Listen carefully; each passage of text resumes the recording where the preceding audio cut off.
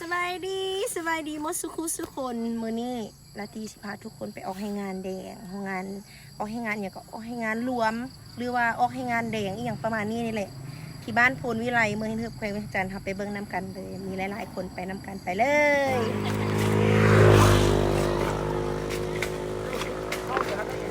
ออกให้งานรวม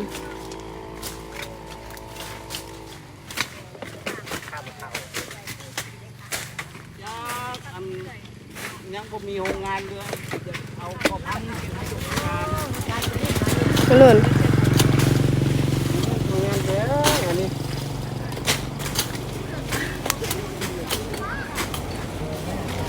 ป่าลูกมูว่าเป็นยังไง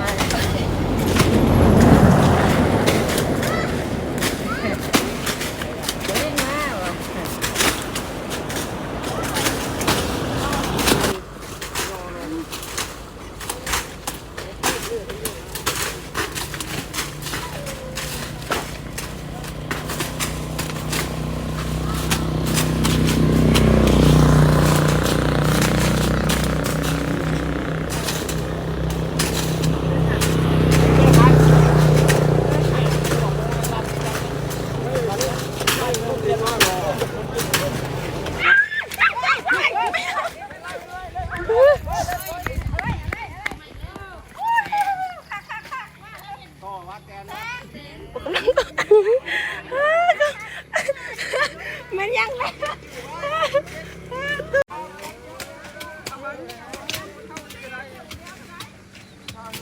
มีตัวผู้ยักษ์ใดเรามีเรื่องเอาวันนี้มีตัวอยากใด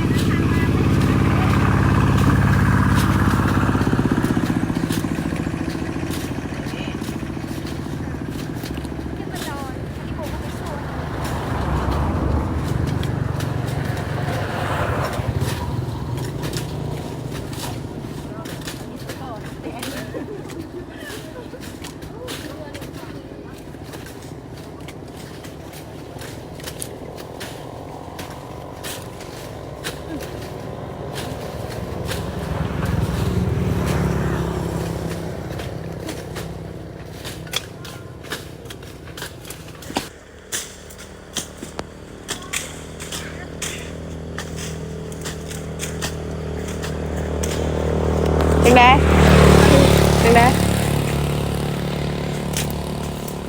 ปวดเมื่อย